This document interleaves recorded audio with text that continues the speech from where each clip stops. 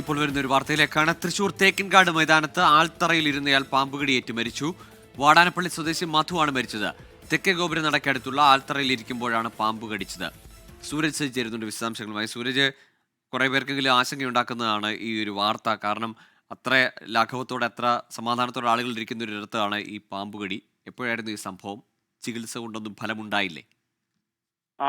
ഗോകുൽ സൂചിപ്പിച്ചതുപോലെ തന്നെ വലിയ ആശങ്കകൾ സൃഷ്ടിക്കുന്ന വാർത്തയാണ്. പ്രത്യേകിച്ച് തൃശ്ശൂരുകാരെ സംബന്ധിച്ചും ഒക്കെയും അല്ലാത്തവരും ഒക്കെ ഈ വൈകുന്നേരങ്ങൾ ആസ്വദിക്കുന്നതിനും മറ്റുമൊക്കെ എത്തുന്ന ഒരു പ്രധാനപ്പെട്ട ഇടമാണ് ഈ തേക്കിൻകാട് മൈതാനിയും തെക്കേ ഗോപുര നടയും എന്ന് പറയുന്നത്.